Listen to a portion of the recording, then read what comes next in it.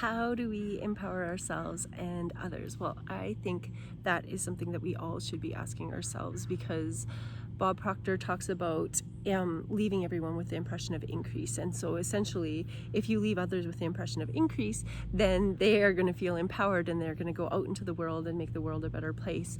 And Chris Anderson talks about crowd accelerated innovation and how YouTube was essentially driving crowd accelerated innovation. And essentially, with that, we can learn and empower ourselves through what we view and what we learn from others.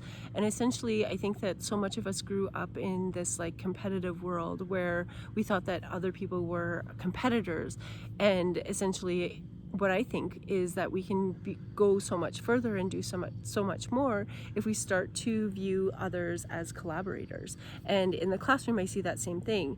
If I allow the kids to collaborate on something, they build on each other's strengths, and then they do the most amazing projects. Whereas if I say like, no, you can only do this by yourself and it has to be done like this, and I don't want you to work with others on this, then I don't get that innovative thinking that I do when I say like, okay, I want you to work with others, I want you to build on this. I get this like innovative out of the box thinking that I don't get when they work by themselves. And this is really important.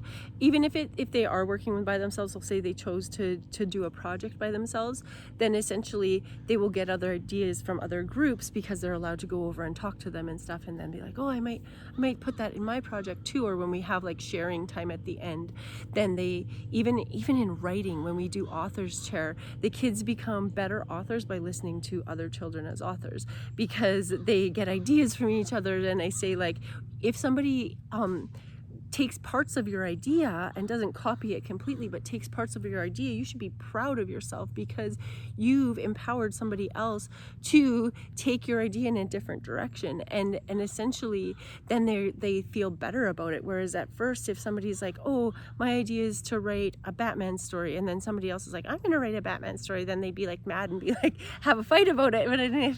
If I switch it and I say, you know what, I bet you if you both write Batman stories, they are going to be so different and so cool that you guys could ping ideas off of each other and make super creative stories, but your own versions of them.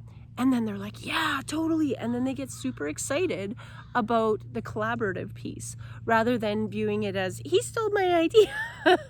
Essentially, I'm always like, as long as it's not word for word copied, then you empowered and you inspired somebody else to go and follow their creative path. And I think that's something that's super powerful.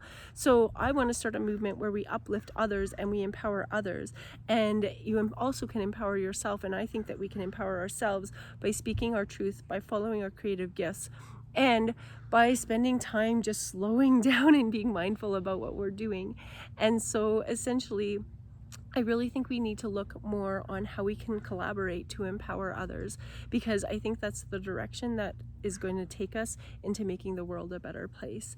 And I really think that's what we need for our children, is to empower and uplift them, so that we can stop viewing everything as a competition, because life isn't a competition. Life is meant to be enjoyed. Life is meant to stop, slow down, and smell the flowers. Life is meant to really get to know who we are and enjoy life. And I think sometimes we need to stop and take a step back and empower each other through our creative gifts, and by uplifting others, by making them feel good about themselves, and by leaving them, like Bob Proctor said, with that impression of increase.